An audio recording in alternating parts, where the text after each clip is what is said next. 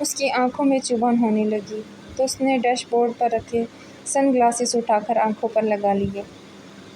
چوٹ تو لگ چکی تھی، اب زخم دکھانے کا کیا فائدہ؟ گاڑی ہسپتال کے سامنے رک گئی۔ فائزہ نے اپنی طرف کا دروازہ کھولا اور اترنے لگی تو دھیان آیا وہ ابھی تک اپنی سیٹ پر ہے اور اس نے انجن بھی بند نہیں کیا تھا، تو پوچھا تم اندر نہیں آؤ گی؟ تم چلو، میں تھوڑی دیر میں آتی ہوں، وہ سامنے دیکھتے ہوئے بولی اور فائزہ کے اترتے ہی گاڑی بھگا لے گئی۔ کافی دیر تک بے مقصد شہر کی سڑکوں پر گاڑی بھگانے کے بعد بھی وہ خون کے ابال میں کمی نہیں آئی تھی، تو تھک کر اس نے گھر کے راستے پر گاڑی موڑ دی۔ گھر میں داخل ہوتے اس کی نظر ملازمہ پر پڑی تو اسے پکار کر کہا، ختیجہ میں اپنے کمرے میں جا رہی ہوں اور کوئی ڈسٹرب نہ کرے۔ پھر وہ رکی نہیں اور سیدھا اپنے روم میں آ گئی۔ جذباتی ٹوٹ پھوٹ کے بعد اعصاب اس کے عذاب شکستہ ہونے لگے تھے۔ اس پر ہے جان طارق تھا۔ دروازہ لاک کر کے اس نے ہاتھ میں پکڑی ہر چیز بیڈ پر پھینکی اور خود کارپیٹ پر گھٹنوں کے بل گر پڑی۔ ہولے ہولے لرزتے ہوئے خود کلامی کر رہی تھی، میرا اعتبار توڑنے کی تمہارے پاس کوئی وجہ نہیں تھی شایان، اگر کوئی وجہ ہوتی تو تم مجھ سے لڑتے، مجھے الزام دیتے، مگر تم تو بنا کچھ کہے ہی پلٹ گئے، لفظوں کا آزار دیے جاتے۔ میں کب تک تمہاری خاموشی سنوں؟ کچھ تو بولو شایان، کچھ تو بولا ہوتا شایان، میں سمجھا دیتی خود کو کہ تم نے دھوکہ دیا ہے، مگر اب کیا کروں؟ خود کو کیسے سمجھاؤں؟ اب اس کی آواز بلند ہوتی جا رہی تھی، درد سے پھٹتے اپنے سر کو دونوں ہاتھوں سے پکڑے اس کا گلا رنجھا سا گیا تھا۔ قصور تمہارا نہیں، غلطی میری ہے، میں نے کیوں تم پر اعتبار کیا، میں نے کیوں تم سے محبت کی، کیوں میں آج بھی تم سے محبت کرتی ہوں؟ جب ساتھ ہی نہیں دینا تھا تو تم کیوں میرے پاس آئے؟ اگر جانا ہی تھا تو میری زندگی میں، میرے دل میں آنے کا تمہارا کیا حق تھا؟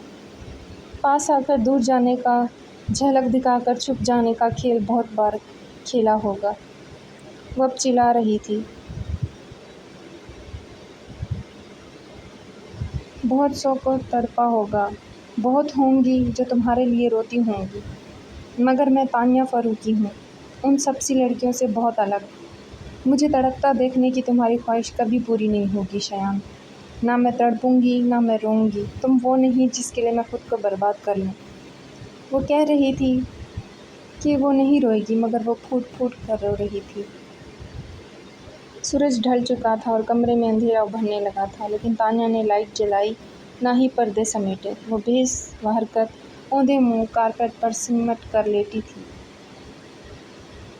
اب وہ رو نہیں رہی تھی، اس کا چہرہ ستارہ ہوا تھا، بال بے ترتیب ہو رہے تھے، بکھرے بکھرے حلیے کے ساتھ اس کے سر میں درد کی تیز لہریں اٹھ رہی تھیں۔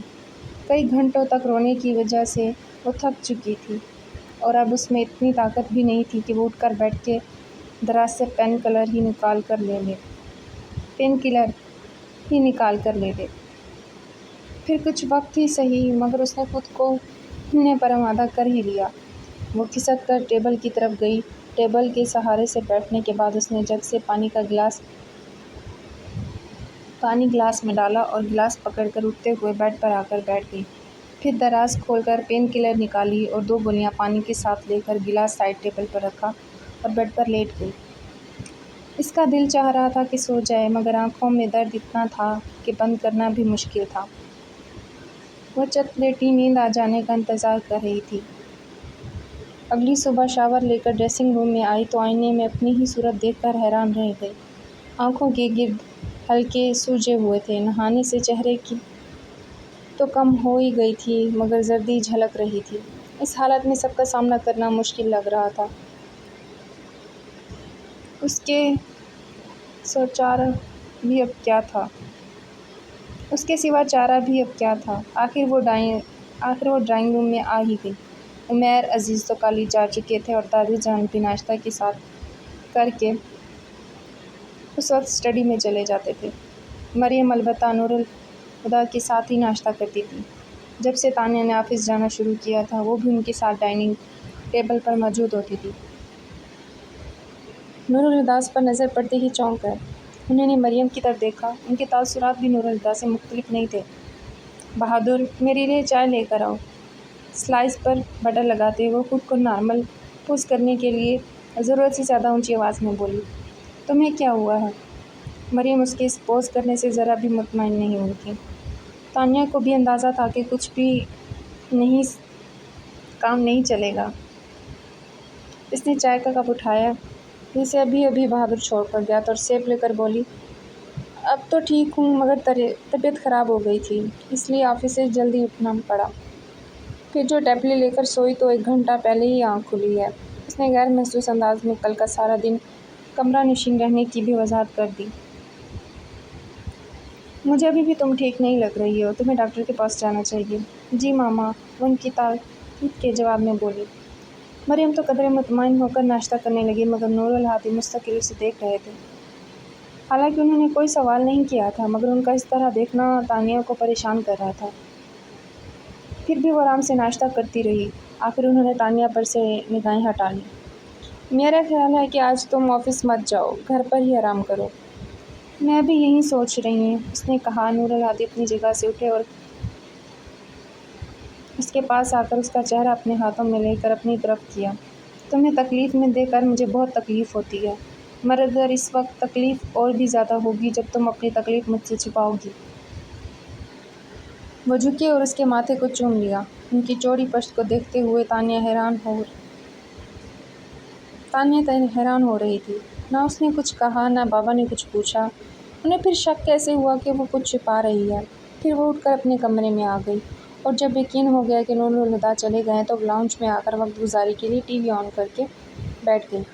مریم کہیں جانے کی تیاری میں لاؤنج سے ہو کر گزری۔ تانیہ نے دور سے ہی انہیں بائے کہا۔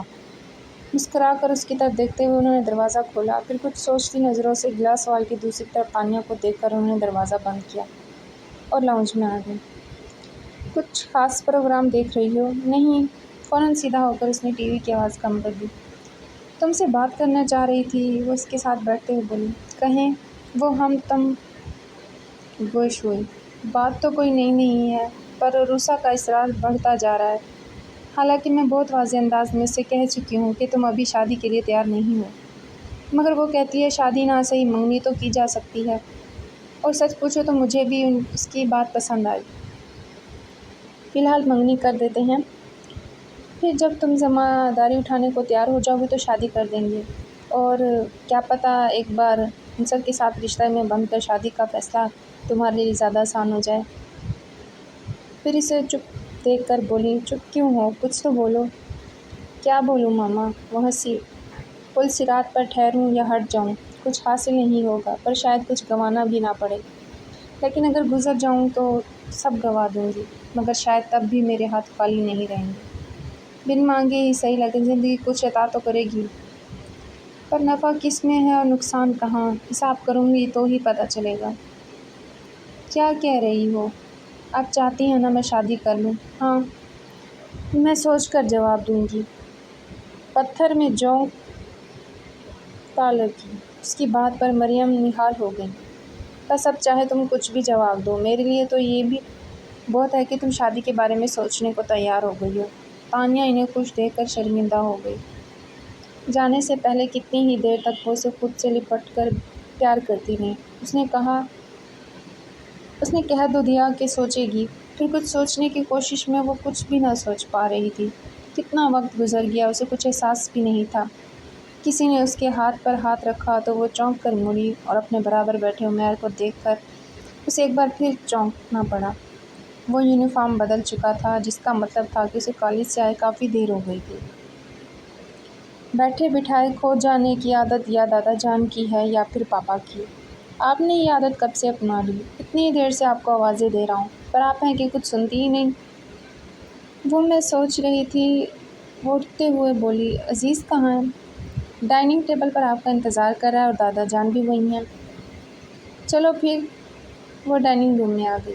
آپی، صبح بتا دیا تو آپ چھٹی کرنے والی ہیں۔ میں بھی کالج نہیں جاتا۔ بہت اچھا کیا میں نے جو صبح نہیں بتایا، ورنہ بیکار کالج بنک کرتے، وہ عزیز کو بولی تو عمیر ہنسا۔ یوں بھی اس کے ساتھ پورا دن بتانا آسان نہیں، وہ تو میری ہی ہمت ہے جو اسے جھیل لیتا ہوں۔ سب ہنسنے لگے تو اس نے منہ بنایا۔